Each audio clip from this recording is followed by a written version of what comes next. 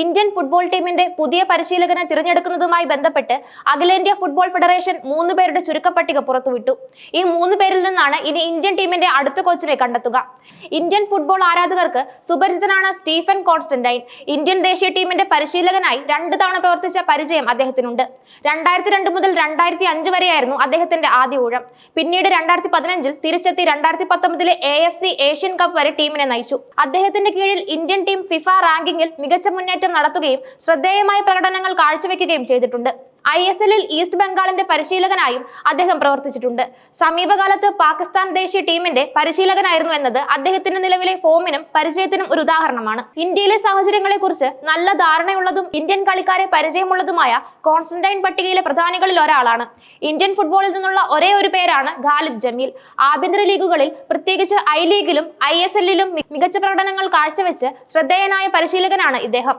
ഐസ്വാൾ FC-യെ I-ലീഗ് കിരീടത്തിലേക്ക് നയിച്ചതാണ് അദ്ദേഹത്തിന്റെ കരിയറിലെ ഏറ്റവും വലിയ നേട്ടം. North east United, Jamshedpur FC തുടങ്ങിയ ISL ക്ലബ്ബുകളെയും അദ്ദേഹം പരിശീലിപ്പിച്ചിട്ടുണ്ട്. ഇന്ത്യൻ പരിശീലകർക്ക് മുൻഗണന നൽകാനുള്ള AIFF-ന്റെ നിലവിലെ നയമനുസരിച്ച് ഖാലിദ് ജമീലിന് ടീമിന്റെ ചുമതല ലഭിക്കാൻ സാധ്യതയുണ്ടെന്ന് വിലയിരുത്തപ്പെടുന്നു.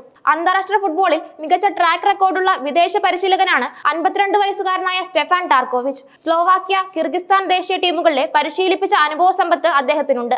യൂറോപ്യൻ ഫുട്ബോളിലെ ആധുനിക തന്ത്രങ്ങളെക്കുറിച്ച് അദ്ദേഹത്തിനുള്ള അറിവ് ഇന്ത്യൻ ടീമിന് ഗുണകരമാകുമെന്നാണ് വിലയിരുത്തൽ.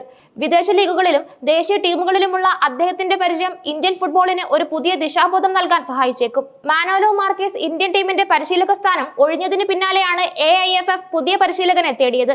ഈ സ്ഥാനത്തേക്ക് ലോകമെമ്പാടുമുള്ള 170-ലധികം അപേക്ഷകളാണ് ലഭിച്ചത്.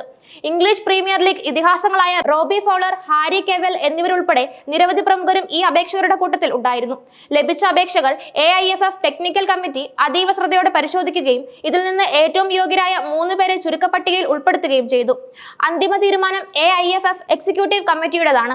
അടുത്ത ഏഷ്യൻ കപ്പ് യോഗ്യതാ മത്സരങ്ങൾ അടുത്തിരിക്കുന്ന സാഹചര്യത്തിൽ എത്രയും പെട്ടെന്ന് പുതിയ പരിശീലകനെ നിയമിക്കാനുള്ള ശ്രമത്തിലാണ് AIFF.